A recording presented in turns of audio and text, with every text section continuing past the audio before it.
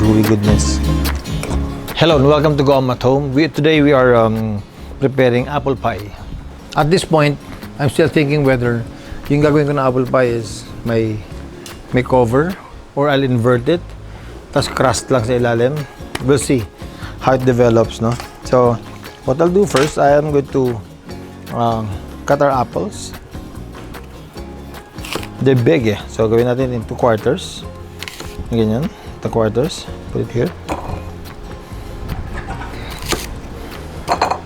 Since it's the Christmas season, gusto ko to yung smell ng apple pie.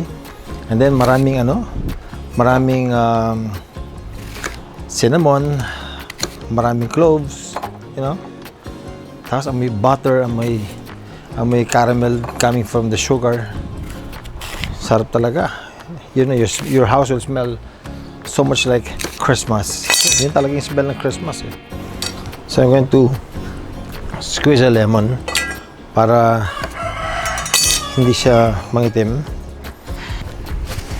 Let me just do this. Just mix it. Okay. And then from here on, lagyan natin ng sugar. Half a cup. Half a cup here. And half a cup there. Okay. Nilagyan natin ng cinnamon. Damihan yung cinnamon para may Christmas talaga yung bahay. Sarap. And then put some cloves.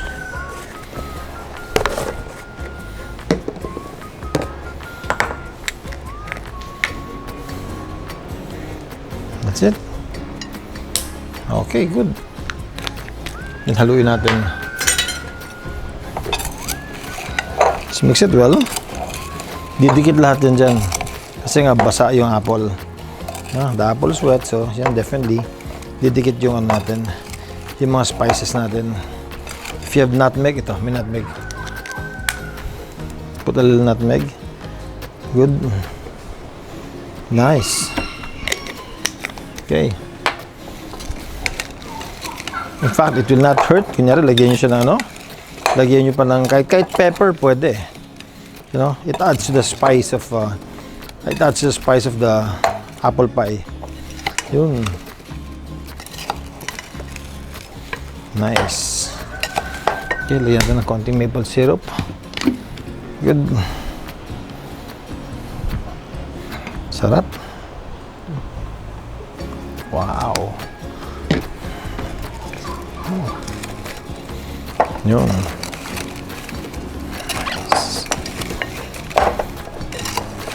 And then, yung baking pan natin, lalagyan natin mamaya. We're going to floor it with butter. Kasi pag bake natin, i-invert natin yung ating apple pie. There you go. Coated na siya. Nilagyan natin ng what do you call this? Maple syrup. You know. Tapos kumapit lahat ng spices. Beautiful.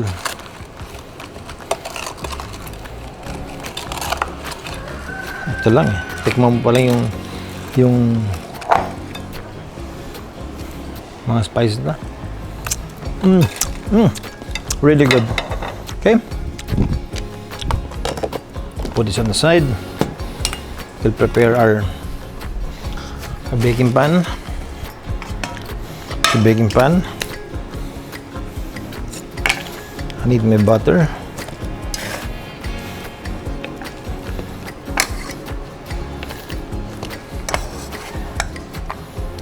Okay.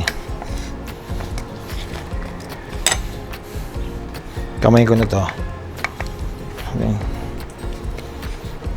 So yung flour natin, we'll fill it up with butter. Para once ma-bake siya, together with all the sugar, magiging para siyang syrup. Sarap-sarap nito. Really good. There you go. Again. Ganito talaga pag gumagawa ka ng dessert. Dessert talaga is sugar intensive. No? So, So don't be scared to put in lots of sugar.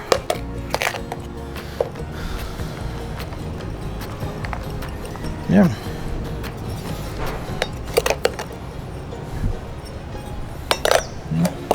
And then, i-arrange na natin yung apple natin. Arrange natin siya ng patayo. Yun, pag ganun.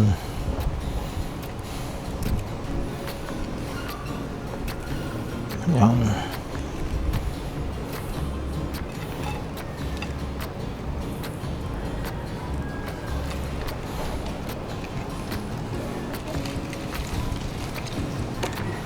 Para ka lang naglalaro ng art to. Yan lang. Sobrang isa. Ayan, we'll put this here.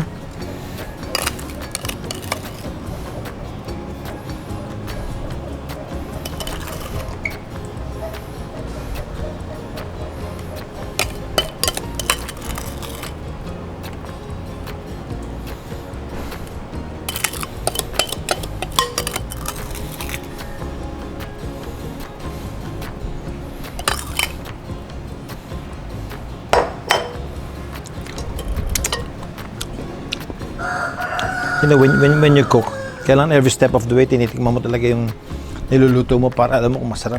Okay, so our oven has been preheated. So gusto natin nasa mga 175 to mga 180 siya. Okay, here we go. Put this in. Yan. 40 minutes. That's it, inip. Okay. Slow bake siya.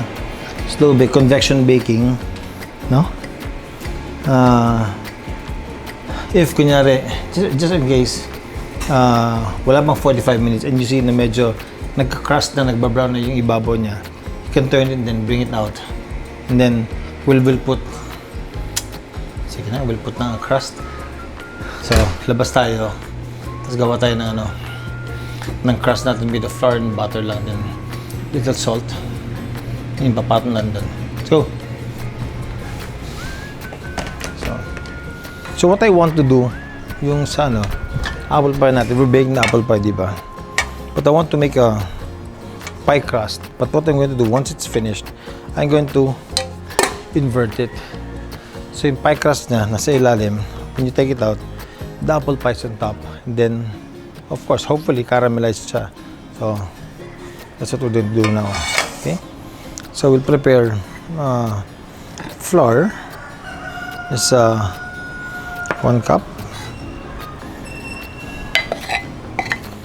About a cup and a half. Ayan.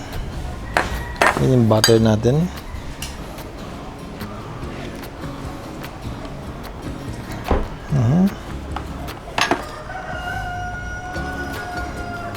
So we can do this kasi may time naman tayo. So what you do, just use your hand, ganun mo lang yung butter tsaka yung flour, sama mo lang, and it's like you're making shortbread. Okay. Put more water. Yun.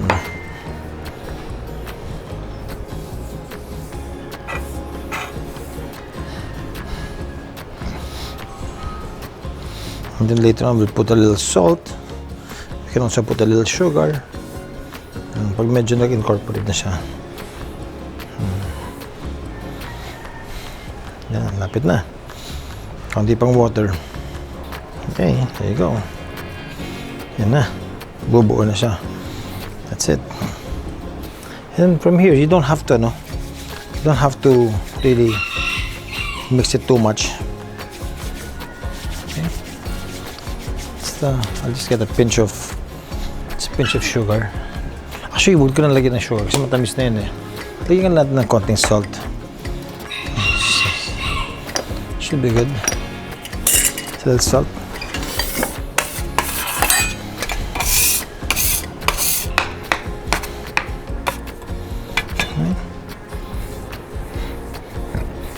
Yeah. Okay, there you go. That's it. And then, I'll keep it in a bowl for a while. And then, mamaya, titignan natin kung ano nangyari din sa ano natin. Kung ano nangyari din sa binibake natin na apple pie. Okay? Just like that. Okay?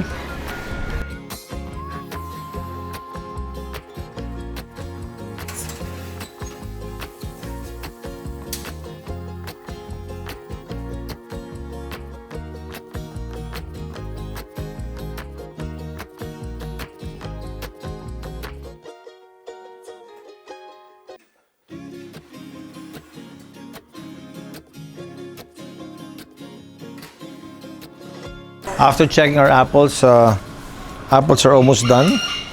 Okay, so just give it a little flour. Okay. So we'll make our crust. Okay.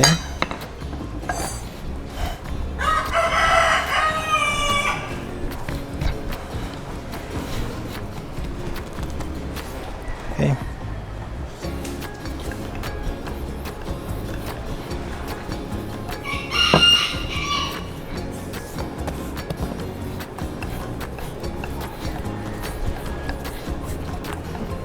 I'll bring this there dun sa ano natin sa kung saan tayo nagbe-bake.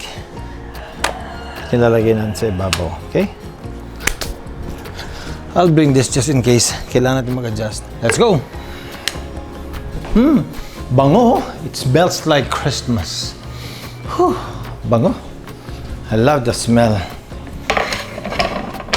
Okay, let's check the pie that we're baking. Tingnan natin kung kumusta na siya. Yun, no? Tignan mo. Maapaw yung goodness, oh. Napakainit na ito. Uy. There you go. Wow.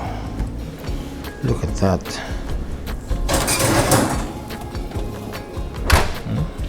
And then, itong pastry natin, I'll just put this on top. I'll put this here on top, just like this. There. Make sure covered siya. Some vent holes. Okay. Right. Isa pa. Okay. Ibabalik lang natin siya. And then we just cook the crust. Pag cook ng crust na, pag bake na yung crust na, okay na to. Okay.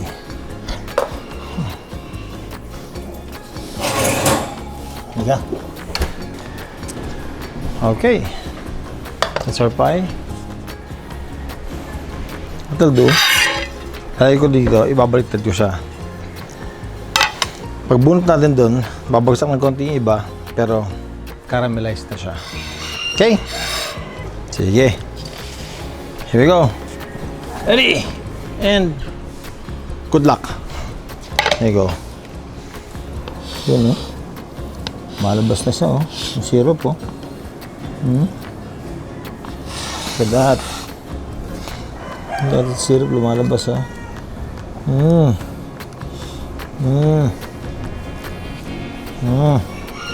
Ganda. All the cinnamon goodness, the sugar. Yun. Okay. And we'll take it out. There you go. It's Lucy's birthday. This is my birthday cake for Lucy. Huh? Happy birthday, my love. This is my birthday apple pie for Lucy. We'll try this pagdating niya kasi nandun pa siya sa office. But let me try the sugar na. You know. Okay.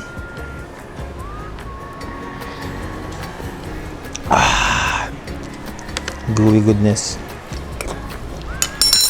Love it. So pagbalik ni Lucy, ito yung kakain namin. Thank you for joining me right here in Goma. I'll see you again next time. Bye.